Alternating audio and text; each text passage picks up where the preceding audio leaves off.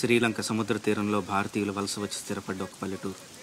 వాళ్ళు ఉండటానికి వీల్లేదంటూ స్థానికులు దాడులు జరుపుతుంటే ఏ క్షణంలో ఏం జరుగుతుందో అని ఆ పల్లె జనం ప్రాణాలు గుప్పెట్లో పెట్టుకు బతుకుతున్న రోజు. మొగలాయిలు హిందువులు పెట్టే కష్టాలు చూడలేక జిజియాబాయి తన కొడుకు శివాజీకి విలువిద్యలు నేర్పించి వీరుల కథలు చెప్పింది. తన కొడుకులో పౌరుషాన్ని రెచ్చగొట్టి వాళ్ల మీద తిరగబడేలా చేసింది. అప్పటి మొగలాయిల సేనాధిపతిగా అఫ్జల్ ఖాన్ అని ఉండేవాడు. వాడు పొడుగ్గా 7 అడుగులు ఎత్తున రాక్షసుల్లా ఉంటాడు. వాడు కూడా శివాజీని ఏం చేయలేకపోయాడు. అందుకని సంధికని పిలిచి కౌగిలించుకున్నట్టు నటించి వీపులో కత్తితో పొడిచాడు. అమ్మో, శివాజీ చచ్చిపోయాడా? లేదురా, శివాజీకి ఉక్కు కవచం ఉంది. ఇనుపగోళ్లతో అఫ్జల్ ఖాన్ గుండెని 2గా చీల్చేశాడు. అది చూసి జనం ఛత్రపతి ఛత్రపతి అని శివాజీని పొగిడారు. ఛత్రపతి అంటే ఏంటమ్మా? తన కోసం తను బతికేవాడు మనిషి, నలుగురు కోసం బతికేవాడు ఛత్రపతి. తర్వాత ఏమైందమ్మా? తననంత వాణ్ణి చేసిన తల్లి కోసం శివాజీ పెద్ద కోట కట్టించి బంగారు ఉయ్యాలు చేయించి అమ్మను బాగా చూసుకున్నాడు. నేను కూడా పెద్దయ్యాక నీకోసం పెద్ద మేడ కట్టిస్తానమ్మా. నీకు ఈ కష్టాలు ఏవీ లేకుండా చేస్తాను. నేను మహారాణిలా చూసుకుంటానమ్మా.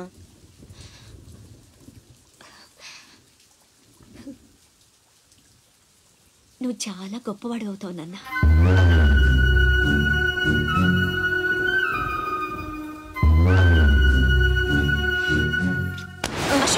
నువ్వేంట్రా మామకి ఇల్లు కట్టించేది? పోయి మీ అమ్మ కట్టించుకో. అశోక్, ఏమిట్రా మాటలు? అందరూ అంటున్నారు వాళ్ళమ్మ చచ్చిపోతే నాన్నకి నిన్నిచ్చి పెళ్లి చేశారంట. అంటే నేను ఒక్కడనే గాని కొడుకుని, వాడు వాళ్ళమ్మ కొడుకు. తప్పు నాన్న. రామలక్ష్మణులు కూడా ఒక తల్లి బిడ్డలు కాదురా. అన్నదమ్ములంటే వాళ్ల గురించే చెప్పుకుంటారు. మీరు కూడా అలాగే కలిసి ఉండాలిరా. మీరిద్దరూ దెబ్బలాడుకుంటుంటే నేను భరించలేనురా. అది నాకు చావు కన్నా పెద్ద శిక్ష.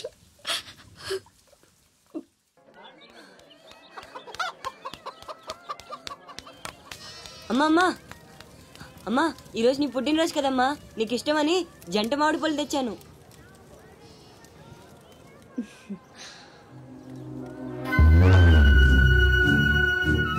అమ్మ కోరికలన్నీ నీకే తెలుసురా.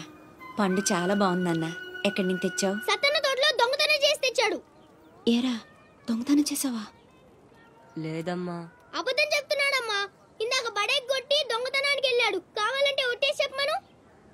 ఒట్టేసి చెప్పరా.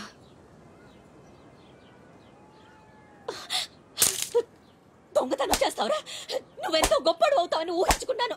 ఇదే నువ్వు చేసిన పని. ఇంకెప్పుడైనా చేస్తావా? చేస్తావా? చెప్పు. పోరా, నీ మొహం చూడాలంటే అసహ్యంగా ఉంది. ఇంకెప్పుడు నాకు కనిపించకపో.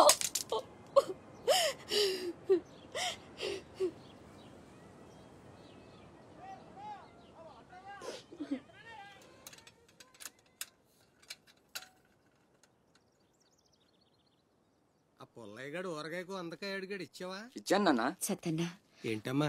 మా పెద్దబ్బాయి వీటిని మీ తోటలో దొంగతనం చేశాడు. క్షమించన్నా. బలేదానివమ్మా. ఇది నీకు ఇష్టమని అడిగాడు. దాందే ఉంది, తీసుకెళ్ళరా అంటే నాకు ఒట్టినే వద్దు అని తోటలో సందటాల దాకా పనిచేసి మరీ తీసుకొచ్చాడమ్మా. ఇంకో 4 పట్టుకెళ్ళరా అంటే నేను మా తమ్ముళ్లాగా ఈ జంట మామిడి పళ్ళు అంటే మా అమ్మకి ఎంతో ఇష్టమని కోసుకెళ్ళాడత్త.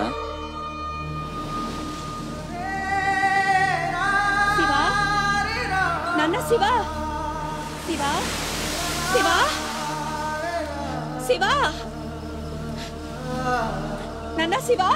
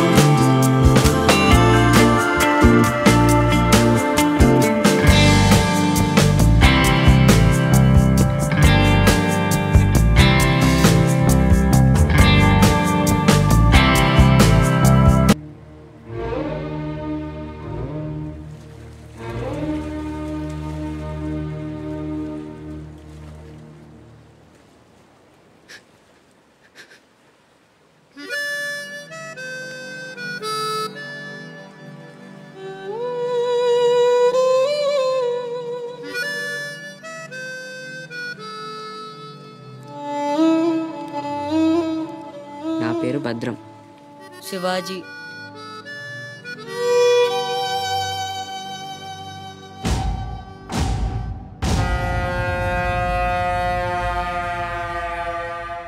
బాజీరావు గారు, వీళ్లతో కలిపి ఇప్పటి వరకు వెట్టి చాకిరీకి అదే మీరు చేరదీసిన కాంతిసీకుల సంఖ్య 3000కు పైమాటే. మరి మాకు కూడా థ్యాంక్ యూ సార్. వాళ్ళకి పొజిషన్ ఏంటో ఓసారి చెప్పు. అలాగే సార్. చూడండి, మీరంతా ఈ దేశంలోకి దౌర్జన్యంగా ప్రవేశించారు. న్యాయంగా అయితే మిమ్మల్ని వెనక్కి తరిమెయ్యాలి. కానీ అన్న బాజీరావు గారు మీ మీద జాలి పడుతున్నారు. కాబట్టి మేము చూసి చూడనట్టుంటాం. గుట్టుగా కాగితాల మీద సంతకాలు చేసి ఆయన పెట్టింది తిని బతకండి.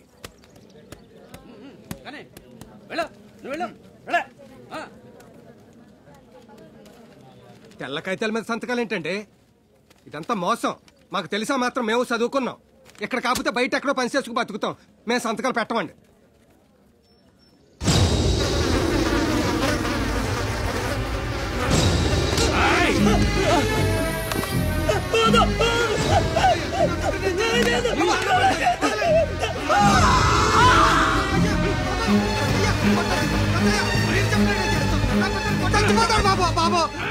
నా బిడ్డ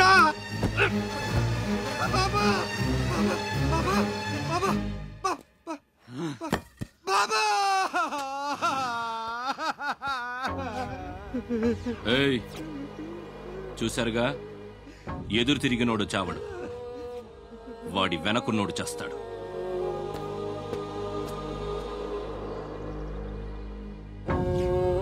ఈ షిప్పులకి సరుకెత్తడం దించడం నా లీగల్ వ్యాపారం. దాని వెనక జరిగే చీకటి వ్యాపారం వేరే ఉంది. అదే నన్ను విశాఖపట్నానికి ఇంటర్లుడ్ని చేసింది. స్మగుల్డ్ గుడ్స్ని షిప్పు ఒడ్డుకొచ్చాక దించడం కష్టం. అడ్డమైన గాడిదలందర్నీ మేపాలి. అందుకని షిప్పు సముద్రంలో ఉండగానే ఆ సరుకుని ఒడ్డుకు చేర్చాలి. అది మీరు చెయ్యాల్సిన పని. ఇల్లీగల్ వ్యాపారం కాబట్టి వేరే గ్రూపులు ఉంటాయి. సరుకు కోసం దాడులు జరుగుతాయి. అవతల వాళ్ళకి భయపడు, పోలీసులకి జడిసు సరుకక్కడ వదిలి రావద్దు. పొట్టి చేతులతో ఇక్కడికొస్తే అక్కడ మిగిలిన ప్రాణాలు ఇక్కడ పోతాయి.